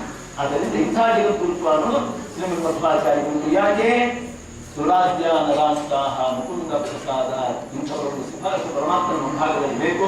ಆವಾಗ ಭಗವಂತ ಮುಕುಂದ ಶಬ್ದ ವಾಚ್ಯನಾದಂತಹ ಯಾವ ಭಗವಂತ ಇವರಿಗೆ ಮೋಕ್ಷಪ್ರದನಾಗ್ತಾನಂತೆ ಅವರು ಮಾಡಿದಂತಹ ಒಂದು ಶಾಸ್ತ್ರ ಏನಂದ್ರೆ ಅದು ಮೋಕ್ಷಪ್ರದವಾದದ್ದು. ಅದಕ್ಕೆ ಅವರಿಗೆ ಶ್ರೀಮದಾನಂದ ಕೃಷ್ಣ ಅಂತ ಹೆಸರು. ಆದ್ದರಿಂದ ಅವರಿಗೆ ಜಗದ್ಗುರುತ್ವ ಅನ್ನೋದು ಉಂಟು. ಈ ಎಲ್ಲದಕ್ಕೂ ಕಾರಣ ಏನಂದ್ರೆ ಯತ್ವಚ ಚಂದ್ರಿಕಾ, ಯಾವ ಒಂದು ಉಪದೇಶ ರೂಪವಾದಂತಹ ಒಂದು ಪ್ರಕಾಶ ಏನಿದೆ ಚಂದ್ರನ ಪ್ರಕಾಶ, ಅದು ವಿಭಕ್ತ ಸಂತಾಪಂ ವಿನಿಕೃಂತತೆ ಅಂತ. ತಾಪ ಅಂತ ಹೇಳಿಲ್ಲ, ಅದಕ್ಕೆ ಸಂತಾಪ ಅಂತ ಹೇಳಿದೆ. ಆದಿ ವ್ಯಾಧಿ ಆಧ್ಯಾತ್ಮಿಕ, ಆದಿ ಭೌತಿಕ, ಆದಿ ದೈವಿಕ ಎಲ್ಲವೂ ಸೇರಿದ್ದು ಜನ್ಮ ಜನ್ಮಾಂತರಕ್ಕೆ ಇರ್ತಕ್ಕಂಥ ಒಂದು ಪ್ರತಿಬಂಧಕ ಏನಿದೆ ಜನ್ಯವಾದ ಸಂತಾಪವನ್ನು ಕೂಡ ಅದು ಪರಿಹಾರ ಮಾಡ್ತದೆ ಅಂತ ದೃಷ್ಟಿಯಿಂದ ಶ್ರೀಮನ್ ಮಧ್ವಾಚಾರ್ಯರನ್ನ ಸ್ತೋತ್ರ ಮಾಡಿದ್ದಾರೆ. ಶ್ರೀಮದಾನಂದ ತೀರ್ಥಾಖ್ಯಂ ಪ್ರಣಮಾಮಿ ಜಗದ್ಗುರು ಯದ್ವಚಶ್ಚಂದ್ರಿಕಾ ಭಕ್ತ ಸಂತಾಪಂ ವಿನಿಕರಂತತಿ ಅಂತ.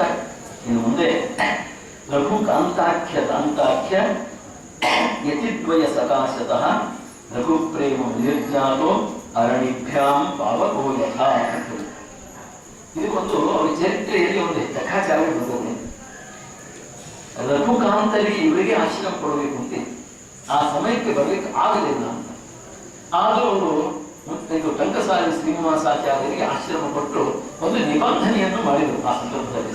ನೀವು ನಂತರ ಮುತ್ತಿಗೆ ಶ್ರೀನಿವಾಸಾಚಾರ್ಯರಿಗೆ ಆಶ್ರಮ ಕೊಡಬೇಕು ಅಂತ ಆದಿತ್ತು. ಯಾಕೆ ಅವ್ರಿಗೆ ಇಚ್ಛೆ ಇತ್ತು, ಅವ್ರಿಗೆ ಇಷ್ಟ ಆದಿತ್ತು ಅಂತ. ಅದಕ್ಕೆ ಎರಡು ಇಲ್ಲೇ ಉಲ್ಲೇಖ ಬರಲಿಕ್ಕೆ ಏನು ಕಾರಣ ಅಂದ್ರೆ ಈ ಹಿನ್ನೆಲೆಯಲ್ಲಿ ಮಾತ್ರ ಸ್ವಾಮಿರಾಯಾಚಾರ್ಯರು ಎರಡು ಹೆಸರು. ನಿಜವಾಗಿ ಆಶ್ರಮ ಕೊಟ್ಟವರು ಯಾರು? ರಘುಕಾಂತ ತಾನೆ. ಮತ್ತೆ ರಘುಕಾಂತ ಪ್ರಸಕ್ತಿ ಯಾಕೆ ತಂದರು? ಇಲ್ಲ ಹೀಗೆ ಹೇಳ್ಯಾರೇನವರು ಅಂದ್ರೆ ರಘುಕಾಂತ ಕರಾಬ್ಯುದ್ಧ ರಘುಕಾಂತಾಖ್ಯ ಹಸ್ತತಃ ಅಂತಿಲ್ಲ ಇಲ್ಲೇ. ಅರ್ಥ ಆಯ್ತಾ ನಿಮಗೆ? ಕೆಲಕಡೆ ಸ್ತೋತ್ರ ಹೇಗೆ ಬರ್ತಂದ್ರೆ ಪರಮ ಗುರುಗಳನ್ನು ಹೆಸರು ಅವರ ಸಂಜಾಕರಿಯವರು ಅವರ ಕೈಯಿಂದ ಆಶ್ರಮ ಅಂತ ಹೇಳೋದು ಪದ್ಧತಿ ಉಂಟು ಅನೇಕ ಕಡೆ. ಆಯ್ತಾ? ಹಾಗಿಲ್ಲ ಇಲ್ಲ ಅಂತ ಹೇಳೋದು ನಿಮಗೆ ನಾವು ಯತಿದ್ವಯ ಸಕಾಶತಃ ಅಂತ ಸ್ಪಷ್ಟ. ರಘುದಾಂತರೆನ್ನುವ ರಘುದಾಂತರೆನ್ನುವ ಇಬ್ಬರು ಯತಿಗಳ ನಿಮಿತ್ತದಿಂದ ಸಕಾಶತಃ ಅಂತ ಸ್ಪಷ್ಟ. ಹಾಗೆ ಏನೋ ಒಂದು ಹಿನ್ನೆಲೆ ಇರಲೇಬೇಕಾದ ಅಂತ. ಅವರ ಮಾನಸಿಕ ಸ್ಥಿತಿ ಏನಿತ್ತಲ್ಲ ರಘುಕಾಂತರಿಗೆ ಅದು ಮುತ್ತಿಗೆ ಆಚಾರ್ಯರಿಗೆ ಇತ್ತು. ಎರಡು ಮಾತು ಇದೆ. ಅದು ಆ ಸಂದರ್ಭದಲ್ಲಿ ಒದಗಿ ಫಲಿಸಲಿಲ್ಲ ಅನ್ನುವ ದೃಷ್ಟಿಯಿಂದ ಅವರು ಟಂಕಸಾಲಿ ಶ್ರೀನಿವಾಸಾಚಾರ್ಯರಿಗೆ ಆಶ್ರಮವನ್ನು ಕೊಟ್ಟು ನಿಬಂಧನೆಯಿಂದ ಮಾಡಿದರು ಅಂತ. ಅದು ಒಂದು ಚರಿತ್ರೆಯ ಸ್ಫುಟವಾದಂತಹ ಒಂದು ಐತಿಹ್ಯ ಘಟನೆ. ಆದ್ದರಿಂದ ಸ್ತೋತ್ರ ಮಾಡತಕ್ಕಂತಹ ಯಾವ ಆಚಾರ್ಯರು ಏನು ಮಾಡಿದ್ರು ಅಂದ್ರೆ ಈರ್ವರ ಹೆಸರನ್ನು ಮಾನಸಿಕವಾಗಿ ಅದು ಮುತ್ತಿಗೆ ಆಚಾರ್ಯರ ಕಡೆಗೇನೆ ಅವರಿಗೆ ದೃಷ್ಟಿ. ಆದರೆ ಅವರು ಆಶ್ರಮ ಕೊಟ್ಟಿರೋದು ಟಂಕಸಾಲಿ ಆಚಾರ್ಯರು ಅಂತ. ಹಾಗಾಗಿ ಮನಸ್ಸಿಂದ ಕೊಟ್ಟಂತ ಅಂಥದ್ದೇ ಪ್ರಸಕ್ತಿ ಅವರು ಪೂರ್ವಕ ಕೊಟ್ಟಿದ್ದಾರೆ. ಅದರ ಆಶಯ ಅವ್ರದ್ದೇನಿತ್ತು ಮೊದಲು ಆ ಆಶಯವನ್ನು ಕೂಡ ಅಭಿವ್ಯಕ್ತಿಗೊಳಿಸಬೇಕು ಅನ್ನೋ ದೃಷ್ಟಿಯಿಂದ ಯಾವ ಸ್ವಾಮಿರಾಯಾಚಾರ್ಯರು ರಘು ಕಾಂತಾಖ್ಯ ದಾಂತಾಖ್ಯ ಯತಿದ್ವಯ ನೋಡು ಅವರು ಇದಾದ್ಮೇಲೆ ಇದು ಹೇಳಿಲ್ಲ. ಹಾಗೆ ನಿಮ್ಗೆ ಹೇಳಿದ್ರು ಈಗೇನಂದ್ರೆ ರಘುಕಾಂತ ಕರಾಬ್ಜೋತ್ಥ ರಘುದಾಂತ ಕರಾಬ್ಜಜ ಹಿಂಗೆಲ್ಲ ಏನ್ ಮಾಡಿಲ್ಲ ಹಸ್ತತಃ ನೀವು ಪ್ರಯೋಗನೇ ಮಾಡಲಿಲ್ಲ ಅಂತ ಅರ್ಥ. ಯತಿದ್ವಯ ಸಕಾಶತಃ ಅಂತ ಒಂದೇ ಪ್ರಯೋಗವನ್ನು ಮಾಡಿದ್ದರಿಂದ ಅವರೀವರೆಗೆ ಲೆಕ್ಕಾಚಾರದಲ್ಲಿ ಇವರೇ ಈ ಒಂದು ಸರ್ವಜ್ಞ ಪೀಠಕ್ಕೆ ಇವರು ಉತ್ತರಾಧಿಕಾರಿಗಳಾಗಬೇಕು ಅಂತ ಏನು ಮನಸ್ಸಿತ್ತು ಆ ಲೆಕ್ಕಾಚಾರವನ್ನು ತಿಳಿಸಬೇಕು ಸೂಚಿಸಬೇಕು ಅನ್ನೋ ದೃಷ್ಟಿಯಿಂದ ಯಾವ ಸ್ವಾಮಿರಾಯಾಚಾರ್ಯರು ಈ ರೀತಿಯಾಗಿ ಪ್ರಯೋಗವನ್ನು ಮಾಡಿ ಇಂಥವರ ಒಂದು ಲೆಕ್ಕದಿಂದ ಅಂದ್ರೆ ಇವರ ಒಂದು ನಿಮಿತ್ತದಿಂದ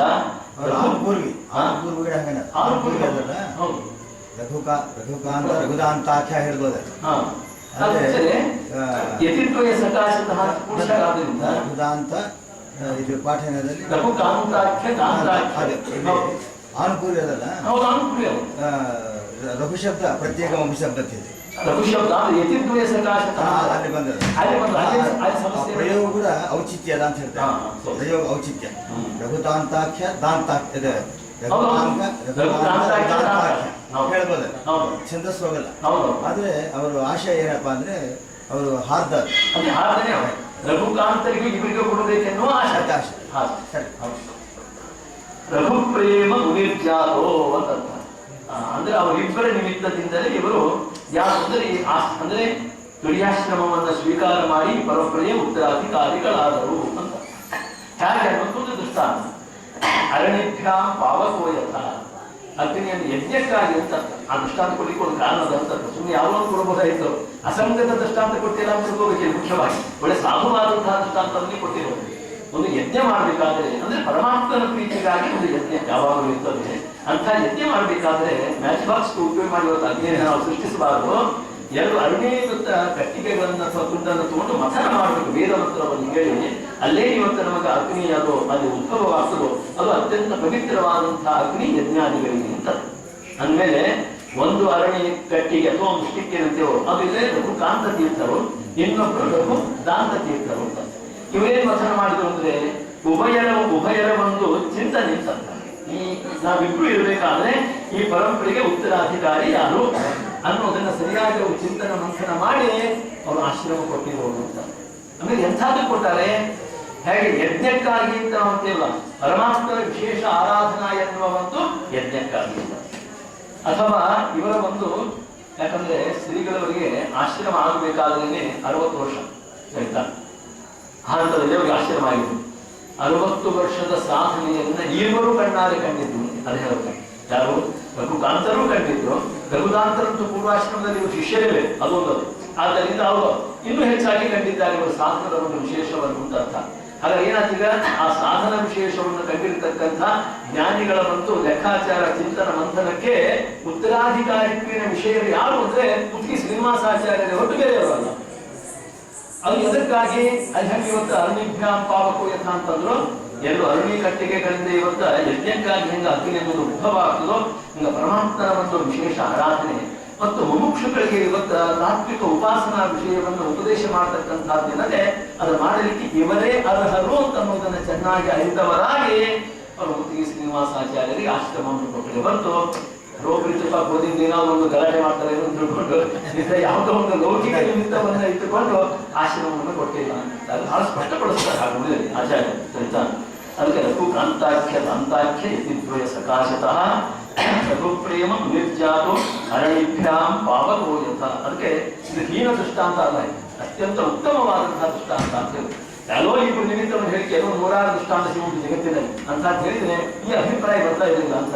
ಯಜ್ಞ ಅನ್ನೋದೇನದೇ ಗೊತ್ತು, ಅರಣ್ಯದಿಂದ ಉದ್ಭವವಾದ ಅಗ್ನಿ ಅದು ಯಜ್ಞಕ್ಕೆ ಹೊರತು ಅದು ಅಡಿಗೆ ಮಾಡ್ಲಿಕ್ಕಲ್ಲ ಅಂತ. ಆ ದೃಷ್ಟಿಯಿಂದ ಅಂತಹ ವಿಶಿಷ್ಟವಾದಂತಹ ಯಜ್ಞರೂಪವಾದ ಸಾಧನ ಯಜ್ಞ ಸಮರ್ಪಣೆ ಅಂತ ನಿಜ ಪೂಜಾಯ ಅಂಥದ್ದನ್ನೇ ಇಲ್ಲಿ ಸಮರ್ಪಣ ಅಂದರೆ ಜನ್ಮಾರ್ಥ ಕರ್ಮವನ್ನೆಲ್ಲವನ್ನು ಕೂಡ ಅದು ಭಗವತ್ ಪೂಜಾತ್ಮಕವಾಗಿ ಅನುಷ್ಠಾನ ಮಾಡಿ ಸಮರ್ಪಣೆ ಮಾಡಿದಂತಹ ಯೋಗಿಗಳೇ. ಆದ್ದರಿಂದ ಇಂಥವರೇ ಇದಕ್ಕೆ ಅರ್ಹರು ಸಿದ್ಧರು ತಮ್ಮ ದೃಷ್ಟಿಯಿಂದ ಅವರೀರುವರ ನಿಮಿತ್ತದಿಂದ ಉತ್ತರಾಧಿಕಾರಿಗಳಾಗಿ ನೇಮಕಗೊಂಡವರು ರಘುಪ್ರೇಮ ತೀರ್ಥರು ಅನ್ನೋ ಅರ್ಥವು ಕೂಡ ನಮಗೆ ಈ ಒಂದು ಪಂಕ್ತಿಯಿಂದ ಗೊತ್ತಾಗ್ತದೆ ಅಂತ. ರಘುಪ್ರೇಮ ನಿರ್ಜಾತೋ ಅರಣಿಭ್ಯಾಂ ಪಾವಕೋ ಯಥ ರಘುದಾಂತ ಕರಾಬ್ಜೋತ್ಥಂ ಶಮಾದಿಗುಣ ಬ್ರಹ್ಮಿತಂ ರಘುಪ್ರೇಮ ಮುಗಿಂ ಒಂದೇ ರಾಮ ಪಾದೈಕ ಸಂಶ್ರಯಂ ಅಂತ. ಇದು ಭಾಷೆ ಒಂದೊಂದು ಪದ ಹಂಗಿರ್ತಾವ. ರಘುದಾಂತ ಕರಾಬ್ಜೋತ್ಥಂ ರಘುದಾಂತರ ಕರಕಂಜ ಸಂಜಾತರು ಅಂತ ಆಗ್ಬೋದು. ಶಮಾದಿ ಗುಣ ಬ್ರಹ್ಮಿತಂ ಅಂತ ಶಮಾದ ಇತ್ಯಾದಿಗಳಲ್ಲೂ ಕೂಡ ಶಮೋ ಅನಿಷ್ಠತಾ ಬುದ್ಧಿ ನಮೋ ಇಂದ್ರಿಯ ನಿಗ್ರಹ ಅಂತ ಸಾಕು. ಇವೆರಡೇ ಸಾಕ ನಮ್ಗೆ ಇನ್ನೇನು ಹೆಚ್ಚು ಅಂತ. ಯದ್ಯಪಿ ಯಮ ನಿಯಮಾದಿಗಳನ್ನು 12 ಸೇರ್ಕೊಂಡು ಹೋಗಿದ್ದಾರಲ್ಲ ಅವೆಲ್ಲ ಬೇಕಾಗಿಲ್ಲ. ಇದು ಆದಿ ಶಬ್ದ ಇದ್ರೂ ಕೂಡ ಈ ಎರಡನ್ನೇ ವಿಚಾರ ಮಾಡಿದ್ರು ಕೂಡ ಶಮೋ ಅನಿಷ್ಠತಾ ಬುದ್ಧಿ ಅಂತ ಧರ್ಮ ಅಂದ್ರೆ ಶಮ ಅಂದ್ರೆ ಬೇರೆ ಅಲ್ಲ. ಶಮ ಅಂದ್ರೆ ಸುಮ್ಮನೆ ಮಾನಸಿಕವಾದಂತಹ ಸ್ವಾಸ್ಥ್ಯ ಅಂತ ನಾವು ಅದನ್ನು ಕೋಶಾರ್ಥ ಹೇಳ್ಕೊಂಡು ಅಡ್ಡಾಡ್ತಾ ಇದ್ದೀವಿ. ಶಮ ಅಂದ್ರೆ ಮಾನಸಿಕ ಸ್ವಾಸ್ಥ್ಯ ಅಂತ ಅದಲ್ಲ. ಅದು ಯಾವುದು ಪರಮಾತ್ಮನಲ್ಲೇ ನಿಷ್ಠಾವುಳ್ಳಂತಹ ಬುದ್ಧಿ ಅನ್ನೋದೇನದೆ ಅದಕ್ಕೆ ಉತ್ತಮ ಶಮ ಅಂತ ಹೇಳ್ತಾರೆ. ಇದರಿಂದ ಗೊತ್ತಾಗ್ತದೆ ಅವರ ಒಂದು ಪ್ರವೃತ್ತಿಯಿಂದಲೇ ಗೊತ್ತಾಗ್ತದೆ. ಅವರ ಜೀವನದ ಒಂದು ಚರಿತ್ರೆ ಪ್ರತಿಯೊಂದು ಘಟನೆ ನೋಡಿದಾಗ ಗೊತ್ತಾಗ್ತದೆ. ಸರ್ವಭಾರವನ್ನು ಭಗವಂತನಿಗೇನೆ ಒಪ್ಪಿಸಿ ಅವನು ತನ್ನ ಜೀವನ ಯಾವನೆಯನ್ನು ಮಾಡಿರ್ತಕ್ಕಂಥದ್ದೇ ಯಾವುದೋ ಒಂದು ಮಂತ್ರಮಂತ್ರ ಸರಕ್ಷತೆ ರಕ್ಷಿತ ಯೋಗಿಗಳಿಗೆ ಅನ್ನೋದು ಅದು ಶ್ರಮೋ ಅನಿಷ್ಠತಾ ಬುದ್ಧಿಗೆ ಅತ್ಯಂತ ಪೂರಕವಾದಂತಹ ಒಂದು ದಾಢ್ಯಾಪಾದಕವಾದ ಅಂಶ. ಆದ್ದರಿಂದ ದಮು ಇಂದ್ರಿಯ ನಿಗ್ರಹ ಅದಕ್ಕೆ ಪ್ರತ್ಯೇಕ ಹೇಳಬೇಕಾಗಿಲ್ಲ. ಆ ಹಿಂದೇಕ ಪಕ್ಷದಲ್ಲಿ 3 ಸಾವಿರ ಸರ್ವಸ್ವದ ನಿರ್ಧಾರ ಆಗ್ತದೆ ಆಯ್ತಾ. 10 ರೂಪಾಯಿ ದಕ್ಷಿಣೆ ಹಾಕಿ 10 ಅಂತ ಕಿನ್ನು ನೋಡ್ತಕ್ಕಂಥ ನಮ್ಮಗಳಿಗೆ ಅದು ಕಲ್ಪನೆ ಮೀರಿದ್ದು ಅಂತ ತಿಳ್ಕೊಂಡ್ಬಿಡ್ತೀವಿ ಇಷ್ಟೇ ಆಯ್ತಾ. ನಮೋ ಇಂದ್ರಿಯ ನಿಗ್ರಹ ಅಂತ ಎಷ್ಟೆಲ್ಲ ಒಂದು ಸಂಪರ್ಕ ಮುಂದಿರಬೇಕಾದ್ರೆ ಎಲ್ಲಕ್ಕೂ ತುಳಸಿದ ಇಟ್ಟು ಮನಸ್ಸಿಗೆ ವಿಕಾರ ಮಾಡಿಕೊಳ್ಳದೆ ಸಪತ್ನೀಕರಾಗಿ ಬಂದ ಬ್ರಾಹ್ಮಣನಿಗೆ ಅವರ ಕೃಷ್ಣಾರ್ಥ ಬುದ್ಧಿಯಿಂದ ದಾನ ಮಾಡಿ ಬರಳಿ ನೋಡದವೇ ಅಂತ ಇನ್ನೊಂದದ ಸೂಕ್ಷ್ಮವಾದಂತಹ ಬರಿದಾದಂತಹ ಮನೆಯನ್ನು ಹೋಗಬಾರದು ದಾನ ಕೊಡಬೇಕು. ಸುಮಾರು ಅವರಿಗೆ ಅರ್ಧವಾರ್ಷಿಕವಾದಂತಹ ಪದಾರ್ಥವನ್ನು ಮನೆಯಲ್ಲಿ ಇಟ್ಟು ಅವರು ಸಂತೃಪ್ತರಾಗಿ ಒಂದು ಅಯನದ ಪರ್ಯಂತರವಾಗಿ ಮತ್ತು ಜೀವನ ನಡೆಸಬೇಕು ಅವರು ಆದಂಥದ್ದು. ಅಂಥವರಿಗೆ ದಾನ ಕೊಟ್ಟು ನಿರ್ವಿಕಾರವಾಗಿ ಮತ್ತು ಹೋಗಿರತಕ್ಕಂಥದ್ದು ಎಂಥ ಇಂದ್ರಿಯ ನಿಗ್ರಹ ಮಿಗಿಲಾದಂತಹದ್ದು. ಆ ಶಮ ಶಬ್ದಕ್ಕೆ ಅರಣ್ಯಕಾಚಾರ್ಯರು ವೈರಾಗ್ಯ ಪ್ರಕರಣದಲ್ಲಿ ಒಂದು ಮಾತನ್ನು ಹೇಳ್ತಾರೆ. ಯದ್ಯಪಿ ಶಮಂ ಅನಿಷ್ಠತಾ ಬುದ್ಧಿ ಅಂತಿದ್ರು ಕೂಡ ಅದು ವೈರಾಗ್ಯ ದ್ಯೋತಕವಾದದ್ದು. ವೈರಾಗ್ಯ ದ್ಯೋತಕ ಅಂದ್ರೆ ಅಭಿಮಾನಿಕವಾದಂತಹ ಮಾನಸಿಕ ಪ್ರವೃತ್ತಿ ವಿಷಯಗಳಲ್ಲಿ ಇಲ್ಲದಲೇ ಅದು ಪರಮಾತ್ಮನಲ್ಲಿದ್ದ ಪಕ್ಷದಲ್ಲಿ ಯಾವುದನ್ನು ನಾವು ಅನಿಷ್ಠತಾ ಬುದ್ಧಿ ಅಂತೇವೋ ಅದು ವೈರಾಗ್ಯ ದ್ಯೋತಕವಾದ. ಇದು ವೈರಾಗ್ಯ ಪ್ರಕರಣದಲ್ಲಿ ಇದನ್ನು ಹೇಳೋದು ಅರಣ್ಯಕಾಚಾರ. ಆದ್ದರಿಂದ ಕೂಡ ಇಲ್ಲಿ ಶಮದಮಾದಿಗಳನ್ನು ಇಟ್ಟುಕೊಂಡರೂ ಕೂಡ ಇವತ್ತು ಶಮಾದಿ ಗುಣ ಬ್ರಹ್ಮಿಕ ಇಂಥ ಒಂದು ಆ ಗುಣದಿಂದ ತುಳಿದುಕೊಳ್ತಾ ಇದ್ದಾರೆ ಯಾರು ಪ್ರೇಮ ತೀರ್ಥರು. ಅಂಥವರನ್ನ ನಾನು ನಮಸ್ಕಾರ ಮಾಡ್ತೇನೆ ಅಂತ ಈ ರೀತಿಯಾಗಿ ರಘುಪ್ರೇಮ ಮುನಿಮು ಒಂದೇ ರಾಮ ಪದೈಕ ಸಂಶಯ ಅಂತ ಸಾಕ್ಷಾತ್ ರಾಮದೇವರ ಪಾದವನ್ನೇ ಮುಖ್ಯವಾಗಿ ಹೇಳ್ತಾರೆ. ಅದನ್ನ ಗುಣೋತ್ಕರ್ಷ ಜ್ಞಾನದಿಂದ ಆಶ್ಚರ್ಯ ಮಾಡಿಕೊಂಡಿರುವರು ಅಂತ ಬಂದು ಇದೊಂದು ಘಟನೆ ಕೂಡ ಅವರ ಚರಿತ್ರೆ ಮುಂದಿನ ಸ್ವಲ್ಪ ಗುರುಗಳಲ್ಲಿ ಮತ್ತು ಇವರಲ್ಲಿ ಸ್ವಲ್ಪ ಈ ಮುದ್ರಾ ಇತ್ಯಾದಿ ವಿಷಯದ ಭಿನ್ನಾಭಿಪ್ರಾಯ ಬಂದಾಗ ಮೂಲೇಶ ಅಗ್ರೇಶ ಪ್ರಾದೇಶ ಎನ್ನುವ ಒಂದು ಅಂತರ್ಯಾಮಿ ರೂಪಗಳೇ ನನಗ ಕೋದಂಡರಾಮ ಮೂಲರಾಮ ದಿಗ್ವಿಜಯರಾಮ ಅಂತ ನಾನು ಚಿಂತನೆ ಮಾಡಿಬಿಡ್ತೇನೆ. ಇದು ಮುಖ್ಯವಾದಂತಹ ರಾಮಪಾದೈಕ ಸಂಶಯ ಧರ್ಮ ಅವರಲ್ಲಿರೋದು. ಕೇವಲ ಪ್ರತಿಮಾವನ್ನೇ ನಂಬಿ ಇವತ್ತು ನಾನು ಪೂಜೆ ಮಾಡಿ ಧನ್ಯನಾಗಬೇಕು ಅಂತ ಬಯಸಿದವರಲ್ಲ ಅಂತಂತ ನಾವು ಬಿಡ್ತೇವೆ ಅಂತ ಮಾಡ ಅವು ಅರ್ಥ ಮಾಡಬಾರ್ದ. ಅವರ ಒಂದು ಧೋರಣೆಗೆ ನಾವು ಹಿಂಗೂ ಅಪಾರ್ಥ ಮಾಡಬೇಕಾಗಿಲ್ಲ ಅಂತಂತ. ಆ ಪ್ರತಿಮಾ ನನಗೆ ಬೇಕಾಗಿಲ್ಲ ಅಂತಂದ್ರೆ ಉದಾಸೀನತೆ ಮಾಡಿರೋ ತಿರಸ್ಕಾರ ತಪ್ಪಲ್ಲ. ಅದು ಕೈ ಮೀರಿದಾಗ ಇವತ್ತ ಯಾವುದು ಲೌಕಿಕ ನಿಮಿತ್ತಕ್ಕೆ ಒಳಪಟ್ಟು ಇವತ್ತು ನನಗೆ ಅದು ಬೇಕಾಗಿಲ್ಲ. ಲೌಕಿಕ ನಿಬಂಧನೆಗಾಗಿ ಇವತ್ತು ನಾನು ಆ ಪ್ರತಿಮಾ ಪೂಜೆಯನ್ನು ಮಾಡತಕ್ಕವನು ನಾನು ಬಹಳ ಮಹತ್ವ ಆಯ್ತಾ. ಆ ದೃಷ್ಟಿಯಿಂದ ನನ್ನ ಹೃದಯ ಕಮಲದಲ್ಲಿ ಇರತಕ್ಕಂತಹ ಅಗ್ನೇಶ ಪ್ರಾದೇಶ ಮೂಲೇಶ ಅಂತ ಪರಮಾತ್ಮನ ರೂಪಗಳವೇ ಬಿಂಬದಿಂದ ಅಭಿನ್ನವಾದ ರೂಪಗಳು ಅಲ್ಲ. ಬಿಂಬದಿಂದ ಅಭಿನ್ನವಾದಂತಹ ರೂಪಗಳು. ಅಂತಹ ರೂಪಗಳೇನೋ ಅವೇ ನಮಗೆ ಬದ್ದ ದಿಗ್ವಿಜಯರಾಮ ಮೂಲರಾಮ ಕೋದಂಡರಾಮ ಅಂತ ಚಿಂತನೆಯನ್ನು ಮಾಡಿದ್ದಾರಲ್ಲ ಅದು ಏಕ ಶಬ್ದದಿಂದ ನಾವು ಹೇಳಬಹುದು ಅಂತ ಅರ್ಥ ಇದೆ. ಏಕೆ ಮುಖ್ಯಾನ್ಯ ಕೇವಲ ಅಂತ ಕೋಶ ಮುಖ್ಯವಾದ ಒಂದು ಚಿಂತನೆಯಲ್ಲಿತ್ತು ಆಶ್ರಯಲ್ಲಿ ಹೊಂದಿದ್ರು ಅಂತಂದ್ರೆ ಈ ಭಗವದ್ ರೂಪಗಳ ಒಂದು ಚಿಂತನೆಯಲ್ಲಿ ಹೊಂದಿದ್ರು. ಆದ್ದರಿಂದ ಯಾಕೆ ಮೂರಕ್ಕೂ ಕೊನೆಯಲ್ಲಿ ರಾಮ ಅಂತ ಬರ್ತದೆ. ಕೋದಂಡ ರಾಮ ದಿಗ್ವಿಜಯರಾಮ ಮೂಲರಾಮ ಬಂದೇ ಬರ್ತದೆ. ಆದ್ದರಿಂದಲೂ ಕೂಡ ರಾಮಪಾದೈಕ ಸಂಶ್ರಯ ಅನ್ನುವಂಥದ್ದು ನಾವು ಸ್ಪಷ್ಟವಾಗಿ ಹೇಳಬಹುದು. ಹೀಗೆ ರಘುಪ್ರೇಮ ನಿಮ್ಮ ಬಂದೇ ರಾಮಪಾದೈಕ ಸಂಶ್ರಯ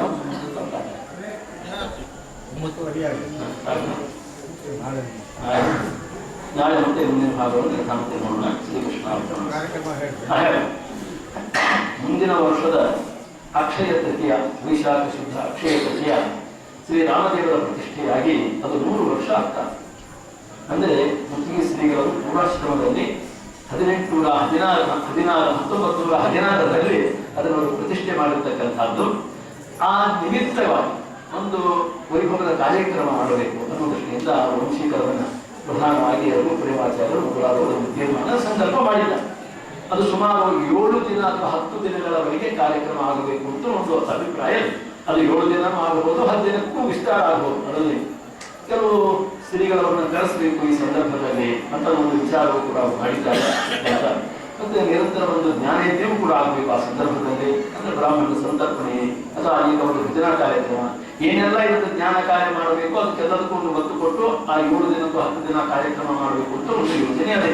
ಅದು ಅಕ್ಷಯ ತೃತೀಯ ಹಿಂದಿನ ದಿನದವರೆಗೂ ಕೂಡ ಯಾರ್ಯಾವ ಶ್ರೀಗಳವರು ಬರಬೇಕು ಅಂತ ಒಂದು ವಿಚಾರ ಉಂಟು. ಅವೆಲ್ಲರಿಗೂ ಆಮಂತ್ರಣ ಕೊಟ್ಟು ಆ ಕಾರ್ಯ ಅವರಿಗೂ ಜ್ಞಾನ ಕಾರ್ಯ ಆರಾಧನೆಗಳ ವೈಭವದ ಪೂಜಾ ಇದೆಲ್ಲ ಉಂಟು. ಆಮೇಲೆ ಹೇಗೋ ಅಕ್ಷಯ ತೃತೀಯ ಪ್ರತಿ ವರ್ಷ ಆಗತಕ್ಕಂತಹ ಗಂಧಲೇಪನಾದಿ ಅನೇಕ ಕಾರ್ಯಕ್ರಮಗಳು ಉಂಟು, ಅದೆಲ್ಲ ಕೂಡ ಸಾಂಗವಾಗಿ ಇರುತ್ತದೆ. ಮತ್ತು ಅವತ್ತಿಗೆ ಅದು ಉತ್ಸವ ಅಂದ್ರೆ ಶತಮಾನ ಉತ್ಸವದ ಒಂದು ಕಾರ್ಯಕ್ರಮ, ಅದು ಮುಕ್ತಾಯಗೊಳ್ಳತಕ್ಕಂತಹ ಒಂದು ಯೋಜನೆ ಅವರು ಮಾಡ್ತಾ ಇದ್ದಾರೆ. ಅದಕ್ಕೆ ಎಲ್ಲರಿಗೂ ಕೂಡ ಈ ಮುಂಚಿತವಾಗಿ ಅವರಿಗೆ ತಿಳಿಸಿರಬೇಕು, ಯಾರ್ಯಾರಿಗೆ ಯಾವ ರೀತಿಯಿಂದ ಪಾಲ್ಗೊಳ್ಳಿಕ್ಕೆ ಸಾಧ್ಯತೆ ಪಾಲ್ಗೊಳ್ಳಬಹುದು ಅಂತ ಒಂದು ದೃಷ್ಟಿಯಿಂದಲೇ ಈ ಮೊದಲೇ ಇನ್ನೂ ಮುಂದಿನ ವರ್ಷದ ಪಂಚಾಂಗವೂ ಈಗ ಬಂದಿಲ್ಲ, ಕ್ಯಾಲೆಂಡರ್ ಕೂಡ ಬಂದಂಗಿಲ್ಲ. ಕನ್ಸೋಮಟ್ಟಿಗೆ ಡೇಟ್ಸ್ ಗೊತ್ತಾಗಬಹುದು ಅಂದ್ರೆ ತಿಥಿ ಗೊತ್ತಾಗ್ತಾನೆ ಡೇಟ್ ಗೊತ್ತಾಗುತ್ತೆ. ನಮ್ಗೆ ಮೇ ಅಥವಾ ಏಪ್ರಿಲ್ ಹೋದ್ರೆ ಎಲ್ಲ ಸೆಲ್ನಲ್ಲಿ ಬಂದ್ಬಿಡ್ತೀವಿ ಕ್ಯಾಲೆಂಡರ್ ಎಷ್ಟು ವರ್ಷ ಬರ್ಬೋದು. ಆದ್ರೆ ಅವತ್ತು ಅದೇ ತಿಥಿ ಇತ್ತು ಅಂತ ಹೇಳಿದ್ರೆ ಮಾತ್ರ ಇದು ನಮ್ಗೆ ಆಕಾರ ಬಂದಿದೆ ಅಂದ್ರೆ ಅದು ಸಿಕ್ಕಿಲ್ಲ ಅನ್ನೋ ದೃಷ್ಟಿಯಿಂದ ಆ ಪಂಚಾಂಗ ಬಂದ ಮೇಲೆ ಅದನ್ನು ಯಥಾವಸ್ಥಿತವಾಗಿ ತೀರ್ಮಾನ ಮಾಡಿ ಕಾರ್ಯಕ್ರಮ ವಿಶೇಷದ ಒಂದು ನಿರೂಪಣೆ ಏನಿದೆ ಅದನ್ನ ಯೋಜನೆ ಮಾಡಿ ಅದನ್ನು ವಿತರಣೆ ಮಾಡಿ ಆನಂದ ಪತ್ರಿಕಾ ಇತ್ಯಾದಿಗಳನ್ನು ಮಾಡಿಕೊಂಡಿದ್ದಾರೆ. ಈಗಾಗಲೇ ಅದಕ್ಕೊಂದು ಪ್ರಿಯಾಂಬಲದಲ್ಲಿ ಮಾಡ್ಯಾರ ಇಂಗ್ಲಿಷ್ ಮತ್ತು ಒಂದು ತೆಲುಗು ಲಿಪಿಯಲ್ಲಿ. ಏನಂದ್ರೆ ಅಂತ ಶ್ರೀಗಳ ಭಕ್ತರಾದವರು ತಮ್ಮ ಒಂದು ವಿಳಾಸವನ್ನು ಇಮೇಲ್ ಇಲ್ಲಿ ಬಂದವರು ಇಲ್ಲಾದರೂ ಪ್ರತ್ಯಕ್ಷವಾಗಿ ಕೊಟ್ಟು ಅವರಿಗೆ ಆಮಂತ್ರಣ ಪತ್ರಿಕಾ ಆ ಸಂದರ್ಭದಲ್ಲಿ ಕಳಿಸಲಿಕ್ಕೆ ಅನುಕೂಲ ಆಗ್ತದೆ ಅನ್ನೋ ದೃಷ್ಟಿಯಿಂದ ಆ ಕಾರ್ಯದಲ್ಲಿ ಅವರು ಮುಂದಾಗಬೇಕು ಅಂತ ಕೂಡ ಅವರು ವಿಜ್ಞಾಪನೆಯನ್ನು ಮಾಡ್ಕೊಂಡಿದ್ದಾರೆ. ಆದ್ದರಿಂದ ಇಂತಹ ವೈಭವದ ಒಂದು ಕಾರ್ಯ ಅನ್ನೋದು ಮುಂದಿನ ವರ್ಷ ಅಂದ್ರೆ 2016 ವೈಶಾಖ ಶುದ್ಧ ತೃತೀಯ ಅಂತ ಹೇಳ್ತೇನೆ. ಅದು ಅಲ್ಲಿವರೆಗೆ ಸಮಾಪನಗೊಳ್ಳತಕ್ಕ ಒಂದು 10 ಜನರ ಕಾರ್ಯಕ್ರಮವಾಗಲಿ 7 ಜನರ ಕಾರ್ಯಕ್ರಮ ಅಂತ ಈಗ ಯೋಜನೆ ನಡೀತಾರೆ. ಅದಕ್ಕೆಲ್ಲರೂ ತಮ್ಮ ಸೇವಾಗಳನ್ನು ಮಾಡಬಹುದು, ಅದನ್ನು ಮಾಡಲಿಕ್ಕೆ ಮುಂದಾಗಿ ಧನ್ಯರಾಗಬೇಕು ಅಂತ ಅವರ ಪರವಾಗಿ ನಾನು ಇಲ್ಲೇ ನಿವೇದನೆ ಮಾಡ್ತಾ ಇದ್ದೇನೆ. ನಾಳೆ ಬೆಳಿಗ್ಗೆ ಯಥಾ ಪ್ರಕಾರ 6 ಗಂಟೆಗೆ ನಿರ್ಮಾಲ್ಯ ಸಂಜೆ 7 ಗಂಟೆಗೆ ಅಷ್ಟೋತ್ತರ ಆಗ್ತದೆ. ನಂತರ 8-8:30 ಅಷ್ಟೊತ್ತಿಗೆ ಪಂಚಾಮೃತ ಅಭಿಷೇಕ. ನಂತರದಲ್ಲಿ ಗೋಪಾಲಕ ಹೋಗತಕ್ಕಂಥದ್ದು. ಇನ್ನು ಅಲಂಕಾರ ಆಗುವವರೆಗೆ ಇಲ್ಲಿ ಪ್ರವಚನ ಕಾರ್ಯಕ್ರಮ ಕೂಡ ಇದೆ ಮುಂದುವರಿತದೆ ಅಂತ. ವಿಶೇಷವಾಗಿ ಆತ್ಮಪುರಾಚಾರ್ಯ ಬಂದಾರೆ, ಬಂದಿರೋದೇ ಇವತ್ತು ಆಚಾರ್ಯರು. ಆದ್ದರಿಂದ ನಾಳಿನ ದಿನ ಆಚಾರ್ಯರು ವಿಶೇಷ ಉಪನ್ಯಾಸ ಮಾಡಲಿಕ್ಕೆ ಅದು 10:30 ಅಷ್ಟೊತ್ತಿಗೆ ಆರಂಭ ಆಗ್ತದೆ. ಎಲ್ಲರೂ ಕೂಡ ಬೆಳಗಿನಿಂದ ಮಧ್ಯಾಹ್ನದವರೆಗೂ ಕೂಡ ತೀರ್ಥಪ್ರಸಾದದವರೆಗೂ ಕೂಡ ಎಲ್ಲ ಕಾರ್ಯಕ್ರಮ ಏನಾಗ್ತದೆ ಅದೆಲ್ಲದಕ್ಕೂ ಕೂಡ ಹಾಜರಾಗಿ ತಮ್ಮ ಶ್ರೇಯೋಭಾಗಿಗಳಾಗಬೇಕು ಅಂತ ವಿಜ್ಞಾನ.